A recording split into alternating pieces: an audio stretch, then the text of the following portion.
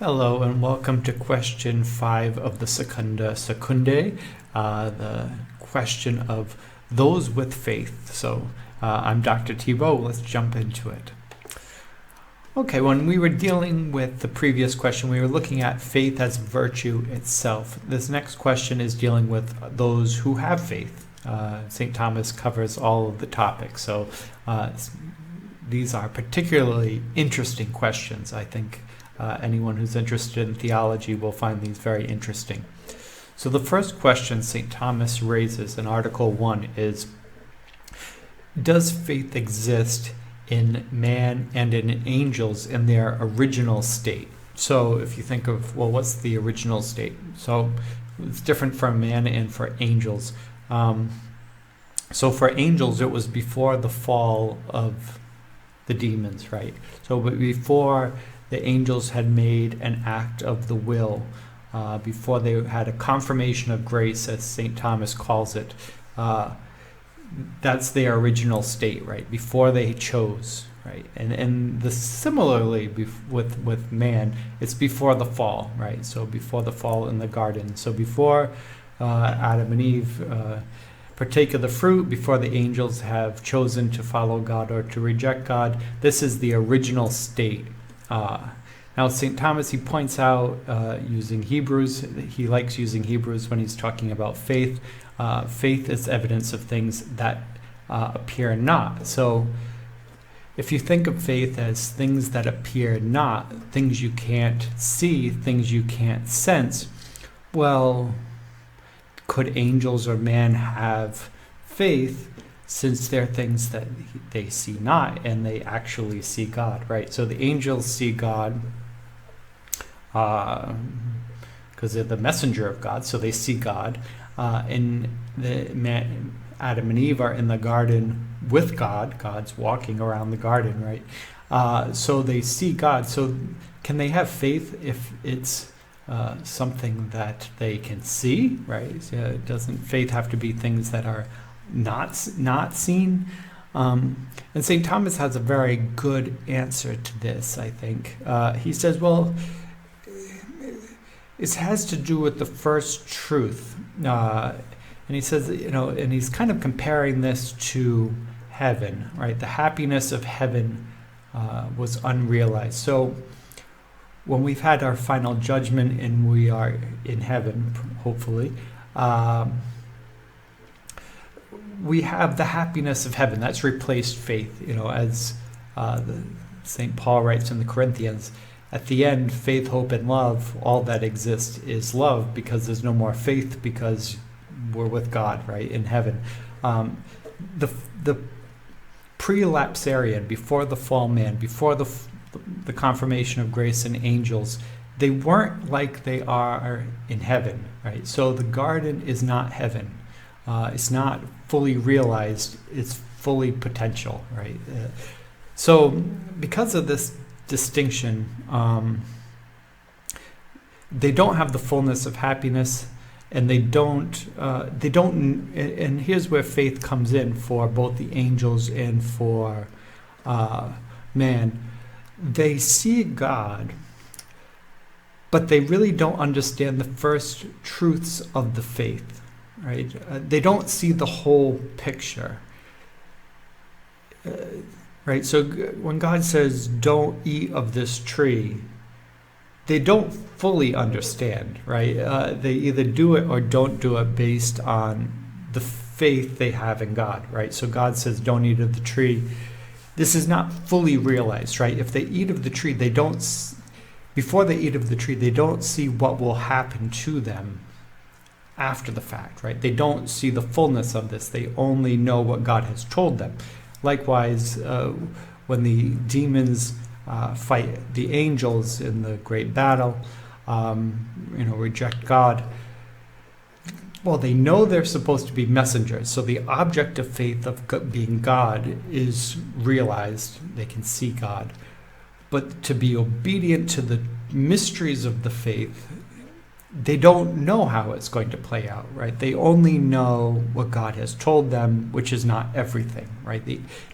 Neither angels nor man have perfect knowledge of all the mysteries, right, at the beginning. Once we're in heaven, there's this idea of kind of the fullness of understanding, and maybe the angels after the battle, the ones that remained with God, have more of a fullness of understanding, which is why St. Thomas calls it confirmation of grace, right? So the angels received a confirmation of grace when they remain loyal. So there's a sense of faith at the very beginning, right? Not in the existence of God, because that's obvious, but in the participation in the first truths and obedience to God is a matter of faith at this point. Right. And this, he says, it's not of darkness of sin, because sin doesn't exist in this early state, but the natural obscurity, as St. Thomas points out in the second objection. Right, it's the natural obscurity that humans and angels couldn't possibly know the full mind of God, right? They couldn't fully, Adam and Eve had no idea what God had planned for them, right? It's not because of sin, it's just because their nature and God's nature are so different, right? Their ability to possess the knowledge of God is so inferior that they couldn't possibly have known the whole plan while in the garden. So that's, I think, an interesting question, right? Did Adam and Eve before the fall, did they have faith? Did angels have faith? Now, the question he asks is, do demons have faith? Now, this is an interesting one, right? You might want to think about this before hearing St. Thomas's answers. Do you think that demons have faith? Interesting. Well, St. Thomas points out repeatedly, using the letter of St. James, even the demons tremble and believe, right? Slide line. So they tremble and believe. Sounds like faith, right? St. Thomas says the believer's intellect assents to what he believes through an act of the will. Now that's true for everyone, right? So the believer's intellect, right, our minds, approve of what we believe through an act of the will. So we have to choose it. It's an act of free will, right, that we are choosing to believe, allowing our minds to believe is an act of faith. No, it's a bit complicated, but how does the will move our intellect to assent, right? So if we say, well, we choose to approve of the objects of faith, right? Intellectually, how do we do that? Well, St. Thomas says in two ways. Well, the will is directed at the good. He says that's the best, right?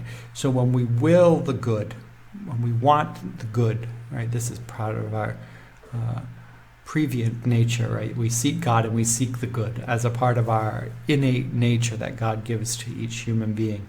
That's why no matter where in the world you were born, no matter what time you were born in, what culture you were born in, there's always an element of the human heart seeking to obtain God and the good, right?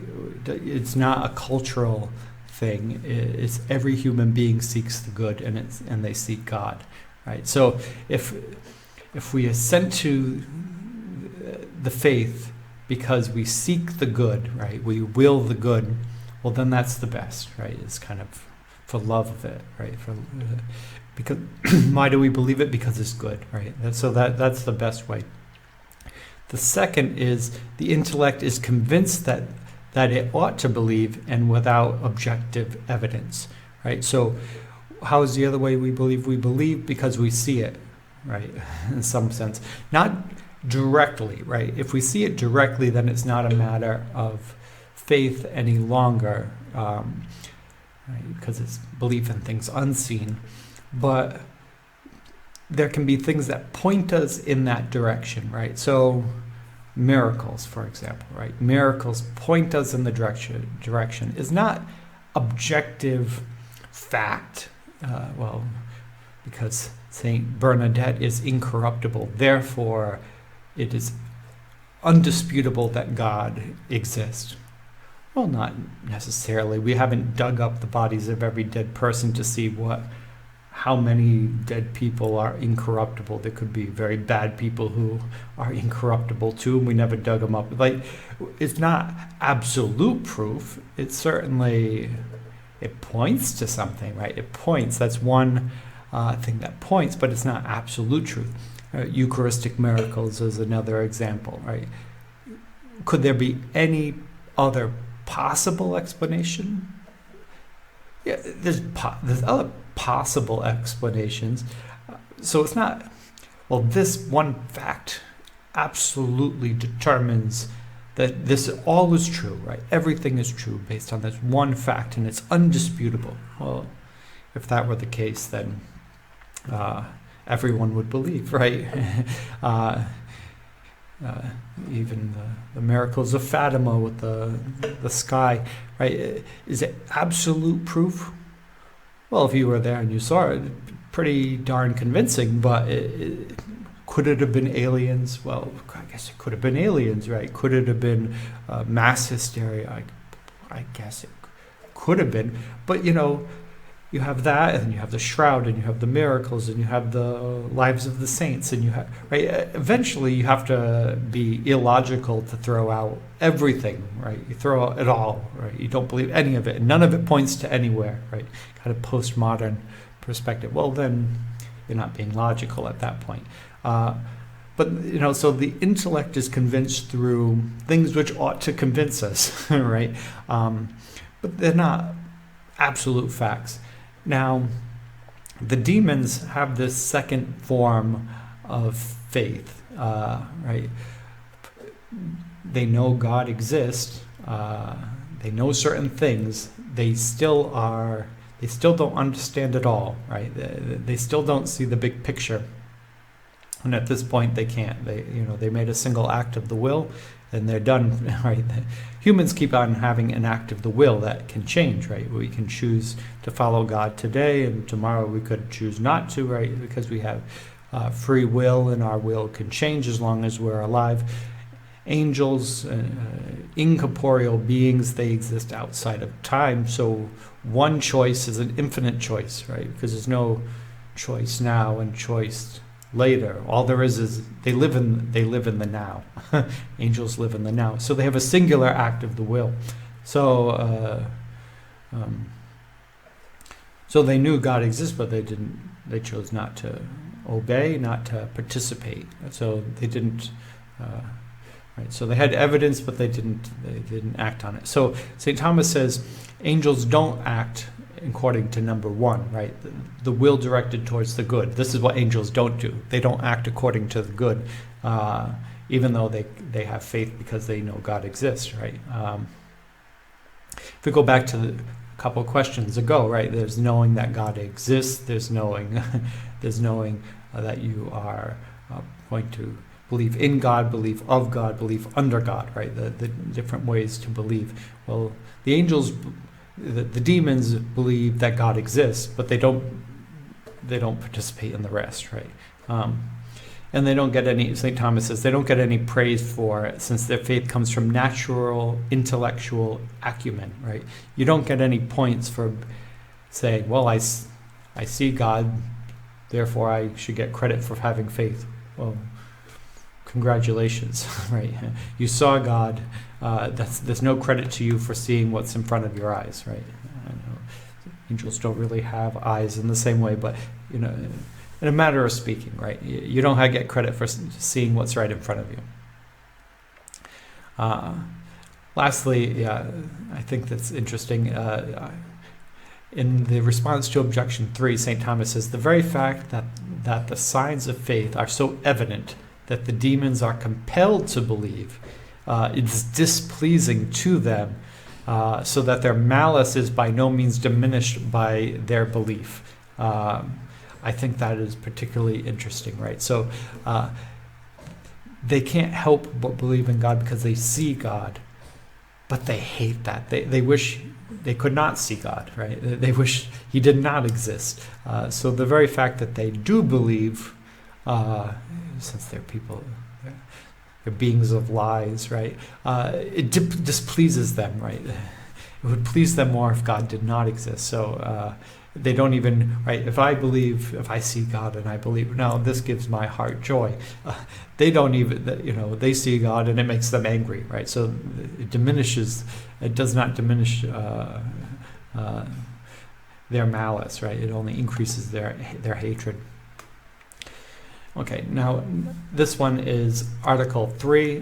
Now this one is probably maybe the most controversial of the four, and one for a very good discussion. I think it's very interesting, though. I tend to, I don't know if I don't know. I kind of keep my opinions to myself of what I believe and what I don't believe of what is said, because who am I compared to St. Thomas? But I think this one's an interesting one. So I think his objections are particularly strong. Now, this is a wonderful thing with St. Thomas. He does not set up straw man arguments for his opponents. He gives the strongest arguments of his opponents, which is evident here. So can you disbelieve a single article of faith and still have faith? Are you still, do you have living faith? Do you even have dead faith, right? Non-living faith, formless faith? If you disbelieve a single article of faith. Now, in the objections, St. Thomas points out, they say you can believe some articles of faith without believing others, right? So let's say you believe in the incarnation, but you don't believe in the resurrection. You believe some element of it, but not others. If we go to the creed, right, perhaps the most disbelieved part of the creed might be, I believe in one holy Catholic and Apostolic Church, right? If you were Protestant, particularly a low church Protestant, you might not believe that there is one holy Catholic and Apostolic Church, even in terms of the more broader definition of what Catholic means as universal, right? Maybe not. Right, so let's say you reject one element of the faith. Can you still believe, right? Do you still have faith? And St. Thomas points out, no. If you reject a single article of faith, you reject the entirety of the faith. And he points out, as charity does not remain after one mortal sin, faith does not remain after disbelief in one article of faith, right? So once you've committed a mortal sin, all charity is lost, right? Until you've been reconciled, right? The trick is to get reconciled. Same thing with faith, right? Well, if you disbelieve a single article of faith, you've rejected all. And he says it's neither living nor lifeless faith that remains. And I think this is very good and important to say. So remember, if you go back to question 4 that we just did, there was the distinction between living faith and lifeless faith. So faith is the intellectual understanding of things unseen, right?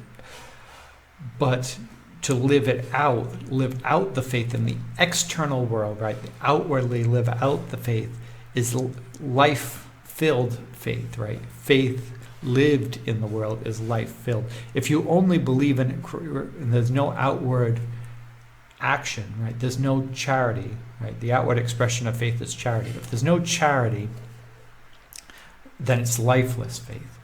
Here, St. Thomas is saying there's neither lifeless, and I think this makes sense because let's say you don't believe in the resurrection, right? Well, it's a single article of faith. Well, this isn't about living it out in the real world. This isn't about living it out outwardly.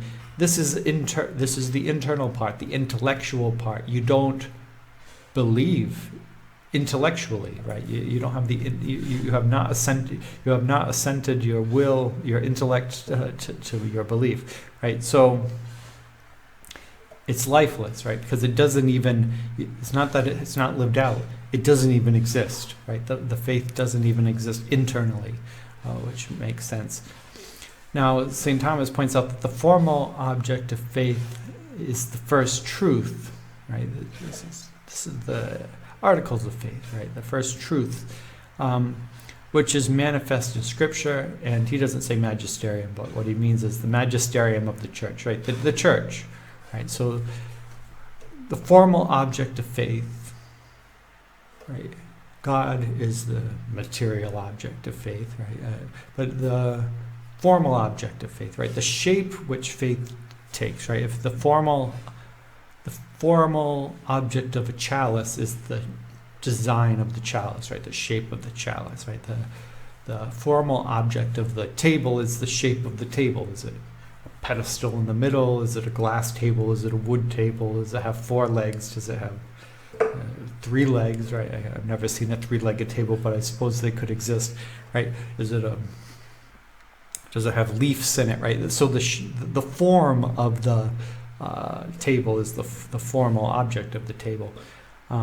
So the formal object of the first truth is the church and the Scriptures, right? So if you doubt, and I think this is the interesting part of it. So if you doubt a single element of the faith, maybe the virgin birth is an example. If you doubt a single aspect of the faith, what you're saying is the church who teaches this, the Scriptures who say this, do not have the authority to direct my intellect to belief, right? Because the church and Scriptures say it, but I say no, right? I say no. You are rejecting the formal object of faith, which is the creed, the church, the Scriptures, right? The magisterium. You're saying, I do not accept the formal object of faith. Now, if you don't accept the formal object of faith, then you don't accept the faith. It says the doubt of Scripture or the church is a lack of the habit of faith, right? So what's the habit of faith? It's believing the things which you ought to believe, right? And sometimes I'm not good at remembering the Apostles' Creed. Once I'm doing my rosary, I often jump right back into the Nicene Creed, and then before you know it, I get confused, and I'd have to have it in front of me to get it perfect every time, and sometimes I'm on the go. So sometimes my little creed is I believe everything I ought to and none of the stuff I'm not, right? This idea, right? Whatever the church teaches, that I'm good with it, right? And the stuff the church says not to believe, I don't believe it, right? So what I'm saying is I'm faithful, right? That's my creed. I'm faithful. Whatever you say, I believe. But if I say, I believe everything I'm supposed to believe, but I don't believe in the virgin birth, right? Well, then I don't believe everything I'm supposed to believe, because the church teaches us everything we're supposed to believe, and Christ establishes the church to do this. So if Christ establishes the church to do this, and I say no, then I have made myself the church. And there is a church established by Christ, and I am making a church established on my will. Well, which one is right? Right? The church established by Christ or the church established by my will? Well, that would be a problem if I think that it's determined by my will. He says he doesn't. If you don't believe in the infallible first truth, which Christ has established a church on earth to, whatever you bind on heaven is bound on earth, and whatever you loose on earth is loosed in heaven, right? If you don't believe this, then you don't believe in what Christ has established, right? So then you don't have faith. Another one might be like Protestants who don't believe in the institutional church, right? The Catholic Church, but then they say it's all about the Bible. Well, who assembled the Bible? Well, the church. Well, so you don't believe the church, but you believe in the book compiled by the church. So I'm not sure I get the logic, right? Once you reject the church, you reject. There's nothing that can be. You don't. If you say, "Well, I don't believe in the church, but I believe in Christ," right? Well, what do you know about Christ? Anything you know about Christ has come from the church. So if you don't trust the church, how can you trust anything else you believe about Christianity? Everything really depends upon the church being correct. Otherwise, maybe none of it's correct, right? It's kind of, they kind of are built on each other, right? And the foundation is that Christ has established a church to pass on the teachings of the church, the teachings of God, right? The commands. So once we, I guess another kind of spiritual part of this too is once we decide that we are not under the law, but we are judges of the law, we've lost it, right? Spiritually, we've lost it. Once we say, well, the creed, the church, the scriptures, they teach virgin birth, but I don't think so. Well, once you do that, you are now the judge. You are now making yourself the judge of the law. You're the judge of the doctrine rather than a follower of the doctrine, right? This might be common today, but it's very toxic spiritually, right? St. Thomas does point out, if one believes falsely without being obstinate, then he is only in error and not a heretic. However, he does not have faith and only has opinions, right? So if somebody, maybe if you grew up during the Arian times, you grew up in an Arian community, all you knew was Arianism, well, you didn't know that about the Catholic Orthodox faith. All you knew was Arianism. Well, then you were in error, right? You were in error. You weren't necessarily a heretic if you didn't know any better, right? Think of the simple grandmother in the pew, right? She didn't know any better. She was just in error, right? She had an opinion about the nature of Christ that was wrong, but she wasn't intentionally a heretic. However, we'll point out there's still no faith, right? Because faith is only in truth. This is why, the Dominicans point out it matters what you believe, right? It matters what you believe. It's again, St. Thomas points out from the letter of St. James, whoever shall offend in one point becomes guilty of all, right? And I think another example that St. Thomas doesn't give, but it's very relevant, I think about it quite a bit, is the story of Nemuel, Dathan, and Abiram, right? If you think back to the book of Numbers, when they decide, a group says, I'm sick of Moses and Aaron, we're going to set up our own leadership here, right? We don't like the way the things are being run. We can do it better. We're going to run it ourselves. And the earth opens up, eats them, right? I think of that a bit in our present time and within the state of the church, because when you think of it, in the 1800s, like 200 Protestant religions were formed in the United States, claiming to be the truth. 200, in a 100-year span of time. Isn't this just a matter of another Dathan saying, well, I know you guys are doing it this way, but I think it should be done this way, and this will be better. And somebody else, no, I think it should be run this way, this will be better, right?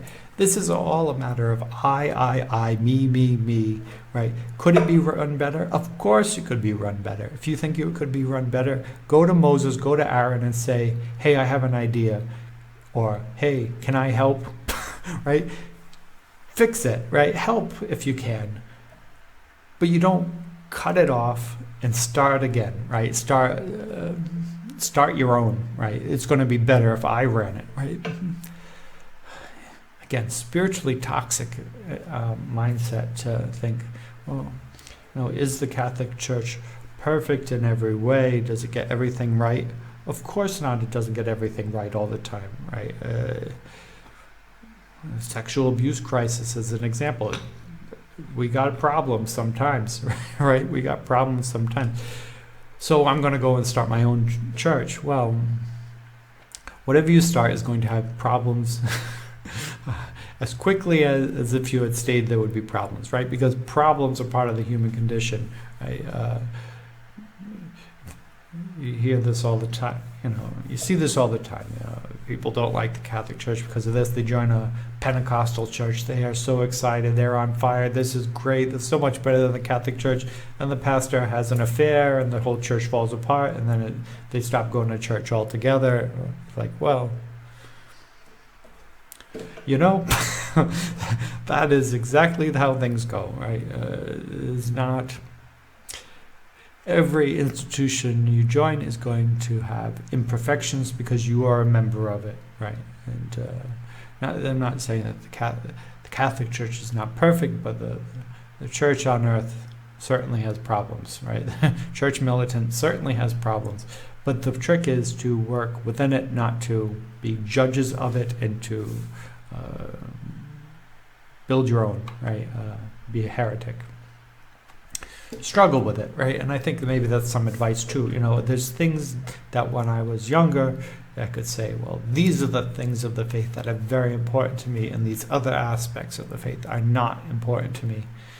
And then when you get older, sometimes your priorities change, right? So to think that at 20 years old, you know everything in terms of the faith, well, not necessarily, right? You might grow, right? You might be the problem with your problems, right? Okay, the last question here, Article 4. Can people have greater or lesser faith? Well, this seems fairly obvious. Yes, some people can have greater faith, some people can have less faith. It's still the faith, right? But as St. Thomas points out from his quotes from St. Matthew, Jesus says, "You of little faith," right? You of little faith. So in some ways, what he meant was you don't have any faith, but he meant you of little faith, right? And others say, he says, "Woman, your faith is great." Woman, great is your faith, right? So some people, Jesus had said, had great faith, and some people, he said, some have had little faith. So when we look at the object of faith, at the same time, it's very analytical. So the object of faith, the first truths, the faith is the faith. Doesn't change, right? That's the first truth. So there's no greater or lesser faith. The faith is the faith. So in that regard, no. The matter of our beliefs can be more or less, right? Specific. So let's say you have, been a revelation that anyone who honors the Sacred Heart of Jesus and puts an image of the Sacred Heart of Jesus in their house, there's certain promises that come with that. Whoever wears the brown scapula, First Fridays, right? There's certain devotionals that are matters of the faith that the church has approved of, and some people are aware of it and follow it, and other people don't even know this exists, right? So you are required as a Catholic to know the creed, right? Know the creed. But there's things in addition to the creed which are also good and helpful, right? In matters of the faith. So some people are aware of it and they are in it, right? And then some people, they know the bare minimum, right? So there's greater and lesser degree of intellect in terms of it, right? I'm not talking about practice yet, just intellect. There's some people know more and less of this. Then there's the participation, which can be greater or lesser, right? And this is very obvious that some people go to church, go to Mass every day, they go to Eucharistic adoration, they go and go to confession, they volunteer at the parish food pantry, they pray their rosary, right? They live a good moral life. They do what they are supposed to do to a great degree, right? Mother Teresa type, Mother Teresa is greater than Joe Blow off the street. Why? Her faith was more extraordinary, right? She had greater faith in action, right? And maybe, who knows about objective faith, but in action she had greater faith.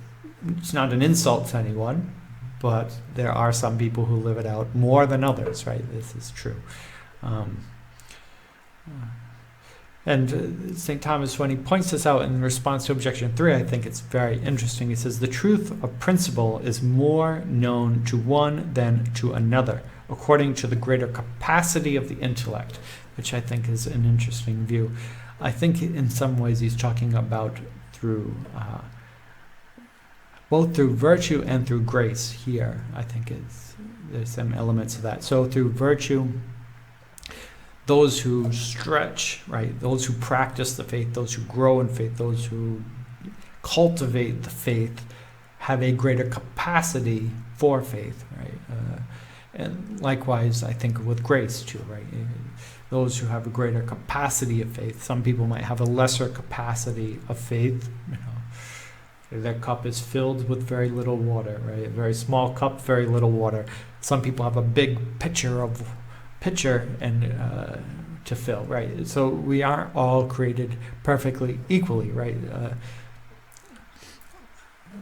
I might not have the capacity to be Mother Teresa, which is my just the grace God has given me, right? This is okay, right? I should be happy that God has given that grace to Mother Teresa, and I should be happy with the grace that God has given me, and I should be happy with the capacity that I have to believe, and somebody else might have a different capacity. I don't know what other people's capacities are, so I can't really judge their faith because I don't know what their capacity is. But God knows, and they have to do the best with what they were given. It's our job to support them in living out their faith, right? Participating in their faith, expanding their intellect in the faith. But we don't really know, right? I don't really know the capacity of other people's intellect, right? To assent to the faith, right? Which then means, judge not lest you be judged, right? That's part of it, because it's like, well, I don't really know what their capacity is, so pray for them, right? You can pray for an expansion of their capacity. You can pray for them to have faith, right? You can work with them, very Aristotelian, right? Work with them to cultivate the virtue of faith, but it's ultimately up to God's grace at the end. So in conclusion, man and angels had faith even before their falls. Demons have faith in one regard, in terms of kind of seeing God and believing in God, and even trembling before God, but not in terms of participation, and their activities don't manifest. They don't manifest their faith. Heretics do not have faith, and if you reject the first truths, and you reject the church as the instrument by which God created to pass on the faith, if you reject that, then there's no way to know that anything you believe is correct. If you doubt that as a first step of the faith, the church can teach the truth. If you reject that, then how do you believe anything, or how do you believe any of the other things, right? It's just kind of logically doesn't make sense. Maybe a good discussion, right? But could people accidentally stumble upon certain aspects of the faith correctly? Right. Because if it's the truth, maybe people can grab onto the truth. Maybe, it's interesting for discussion. And lastly, there are greater and lesser degrees of faith, which I think is an obvious one. Okay, well, this has gone on very long for 4 articles, but I hope that has been helpful, and I will see you next time.